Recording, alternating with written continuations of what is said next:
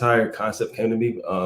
I myself, I found a lot of young Black men that have directly identified with your father, and a lot of times, that's gone across generationally, older to people even younger than myself. So it's not really, who he is, but it's what he represents for a lot of us. The day that were talking about interviewing you, I was watching a Lakers game because I'm a Laker fan, and one of their players, Jared Vanderbilt, has a tattoo of your father on his shoulder. And I remember watching one of your interviews, I believe at the TED talk that you did at Beale Street Salon, where you mentioned that you had met someone outside earlier that day or maybe earlier that week, who was named Malcolm, and you found out like, wow, that's you're named after my father. And I'm just kind of curious, throughout your life, throughout your years of just traveling and meeting people that are dedicated and show homage and honor to your father. What has that meant to you? Just kind of like interacting and just walking around the world and meeting these people. Wow. I have to say, I can remove myself from my parents and just look at the individuals, because I also, am inspired and empowered by Malcolm, El Hajj Malik El Shabazz, Malcolm X, by Dr. Betty Shabazz. I'm also inspired by Nelson Mandela. I'm inspired by Winnie Mandela, many historians and leaders in history. And so when I see people who are inspired by my father, people who have been impacted by his contributions, it makes me so happy, because, I look at him as a young man, right? He was only in his 20s when the world learned about him. He was 39 when he was brutally gunned down, assassinated in front of his family, in front of, many people who followed in his organization, or, who were followers. And I'm always so humbled because he is my father. And I'm also so appreciative that his work and his sacrifices have impacted and inspired many to continue with these challenges that are imposed on us, right? Yes. When we put them in perspective and give it, put it in proper perspective and content, that my father was a young man who was compassionate, responsible, accountable, brilliant, strategic, to have made this, this kind of impact to inspire others. Definitely. And so many people ask you about your father, and we definitely want to highlight and honor him as well. But we know it takes so much more for someone like that to become on that stage. So I've just been curious about your family, and what do people? I don't think a lot of people know a lot about your family and the structure, and things that were personal to you. I'm just kind of curious, when you think about family dinners, what did y'all eat? What was one of the things? One of the funny things my sisters and I, we talk about a lot. My mother we would think we were eating mashed potatoes, and we were eating mashed cauliflower, right? Okay. My mother she's just an amazing woman. Much like my father's mother, in the autobiography, it says that they were eating dandelion weeds, and it was like, no, his mother was making for them dandelion root tea, and so it's, again, taking control of the narrative. My father was not this wayward child. He became that way when local officials decided they were going to impose themselves in my father's young family. His father was a member of the PTA. His father was a minister. He was a landowner. He purchased land that was then reserved for whites only. It was premium land, and he wanted premium property for his money. so that he could have his family in a proper home, that he found important to him and his wife, to provide for his family. And so they said, yes, you can purchase this land, but you can't live in it. And just imagine the audacity, right?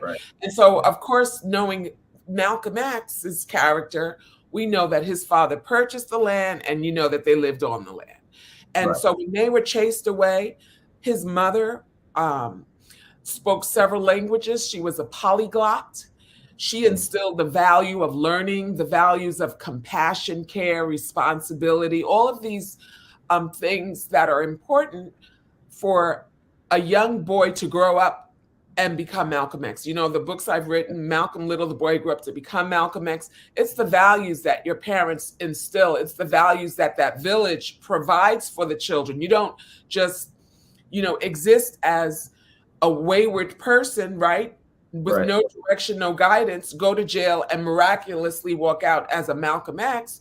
You have the village that is pouring into you. And so it speaks to the necessity of the village, right? We all have to have a village in order to be effective, to live purposeful and these fulfilling kinds of lives and livelihoods. Definitely. So what did my mother make? I'll go back to that. My mother. This is a dandelion, but it's tea. Oh, okay. See, I would like to have some right about now. But my mother was a great cook. My mother was so amazing. She was just, so much. And when I wrote Betty Before X, I realized why my father chose my mother to be his wife. That each of them brought so much to the table, and so my mother was such a support factor and nurturer of her young husband, because again, he was a very young man and she was a very good cook. Yes, that's good to know. And as far as your mother too, I know she had a PhD in education administration, and of course your father was a very well-read and master orator. And you yourself, a professor and author yourself. I'm just curious what you think about the move to ban books across America, and just this whole idea of erasing history, our history specifically, I'm telling you, I've been having this conversation more and more with people. When I was growing up and I would hear some of my father's speeches about, some of the names he would call people, I was like, oh my goodness, right? Because I was raised differently than my father. And the more that I came to understand human nature, I said, my goodness, it seems rather accurate, right? My father was in his 20s. We can see speeches of him when he was in his 20s, when he was in his 30s, right? We see speeches of him when he was within the Nation of Islam, when he was out of the Nation of Islam.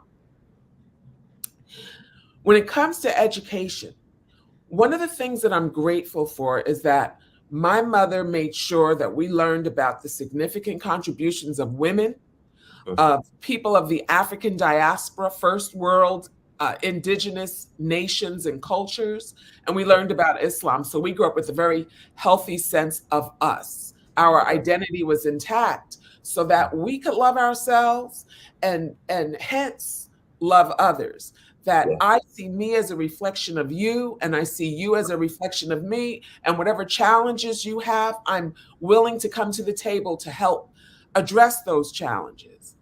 When it comes to education, we want the truth.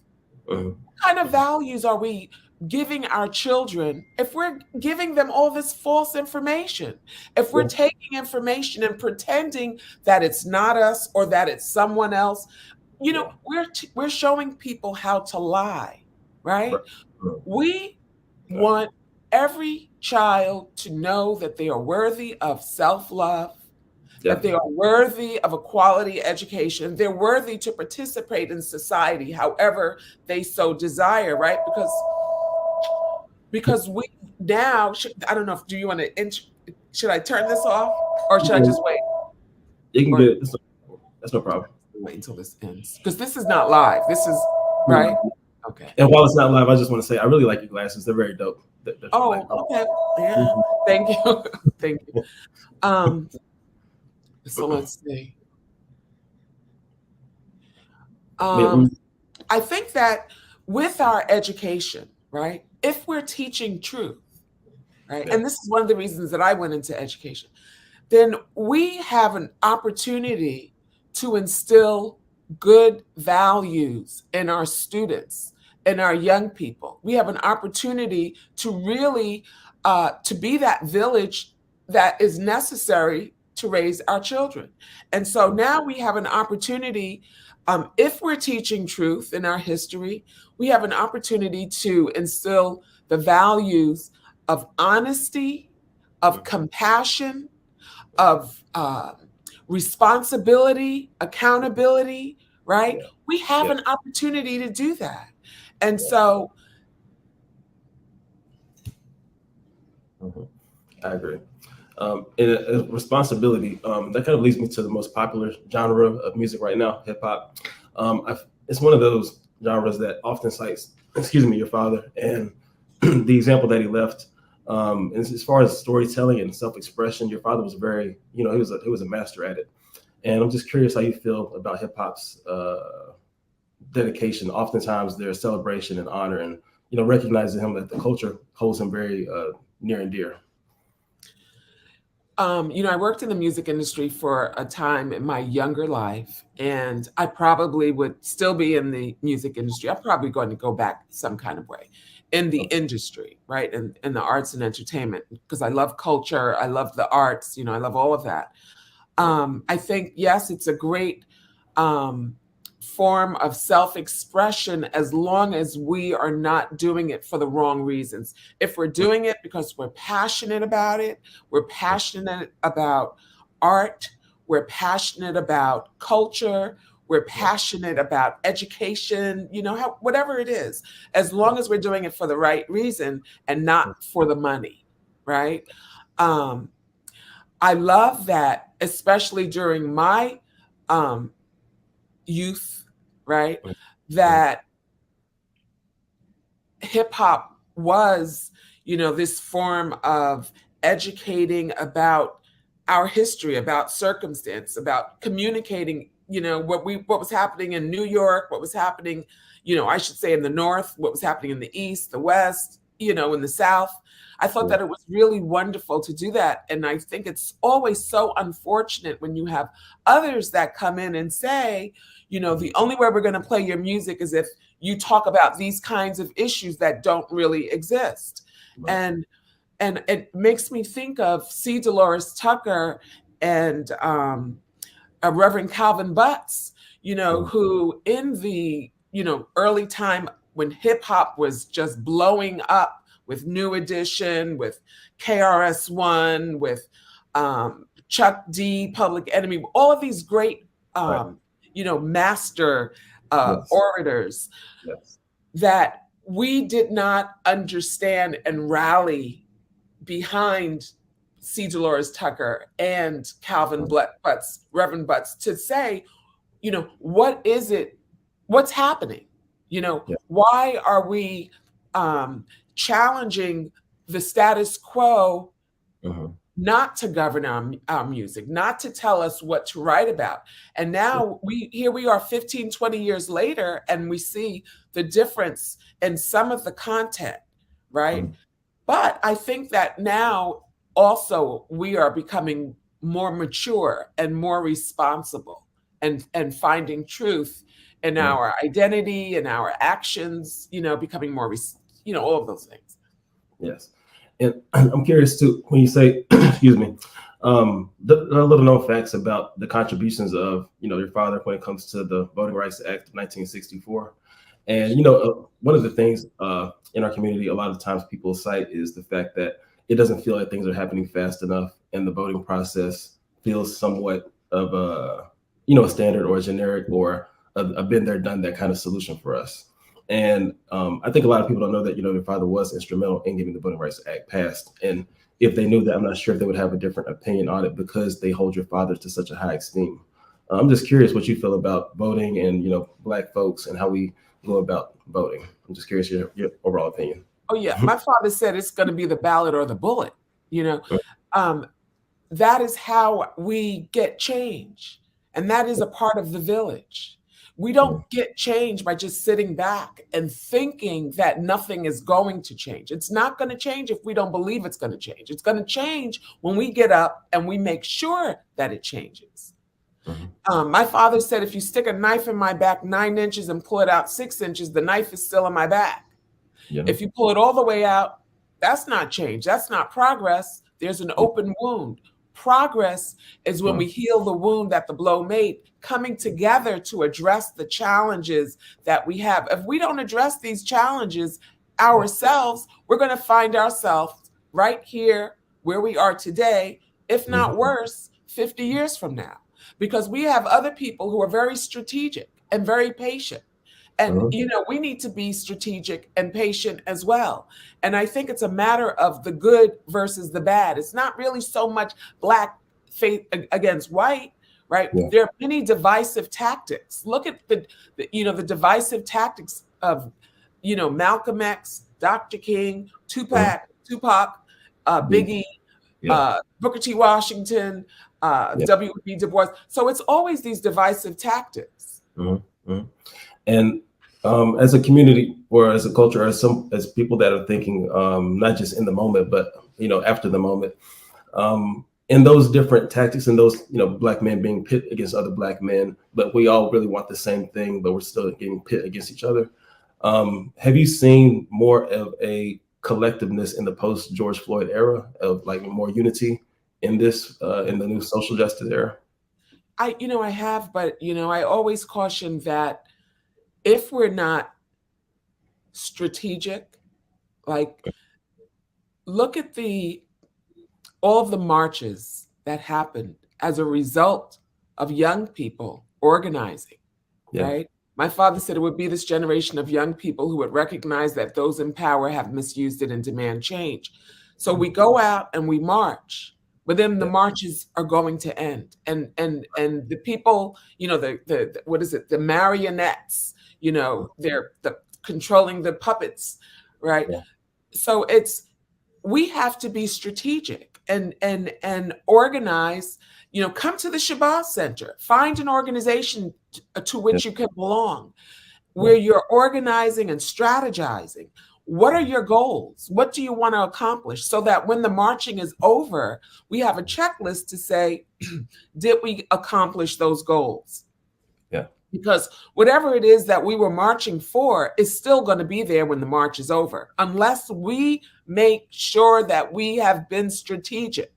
Look to those who have provided, who have participated, who have fought to challenge all of these injustices that are still occurring. Yes. And I'll get you off with this in regards to the culture and, people that are, as we talked about before, they want to pay homage and they want to show, honor to your family. How have you found that most effective from someone that does not know you personally, that can't talk to you like I am, but people are just as, just myself, just as enthralled and in love with your family and what y'all represent? How can we all best show our support? Yes. Come to the Shabazz Center. Become a member of the Shabazz Center. We like to support social movements. We have restructured some of our focuses. We just, finally were able to change our board and get more support so that we can address a lot of these challenges that we're still up against, so that we can implement a lot of the work of Malcolm and Betty. There's so many ways.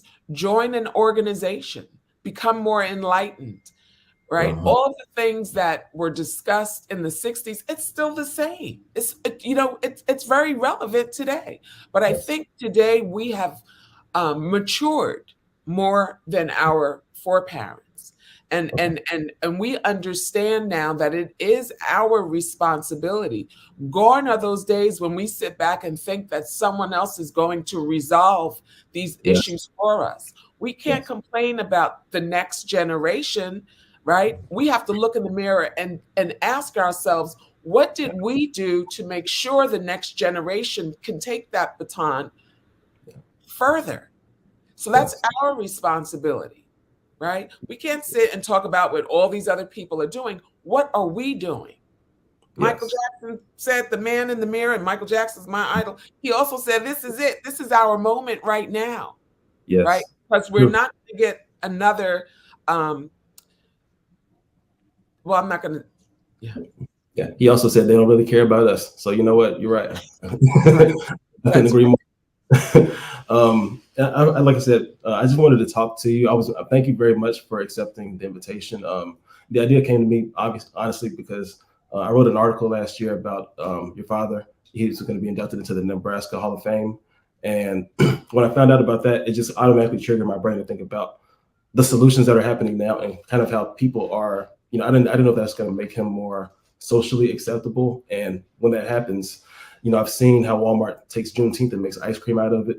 And I wanted to make sure that, excuse me, we could at least talk to someone close to you, and your narrative could be told before it could be spent out of corporate hands or whatnot. So thank you very much. I have a cold, I'm sorry, but I appreciate it. Yeah. You go ahead and keep drinking that tea. It's hard. I needed it. I needed it. What kind of tea is it? This particular one, excuse me, is orange tea. I've been told citrus is good for for all of this. So citrus, orange tea. Yeah. Well, you keep drinking your tea. Yeah, I will. I need it. I need every sip of it.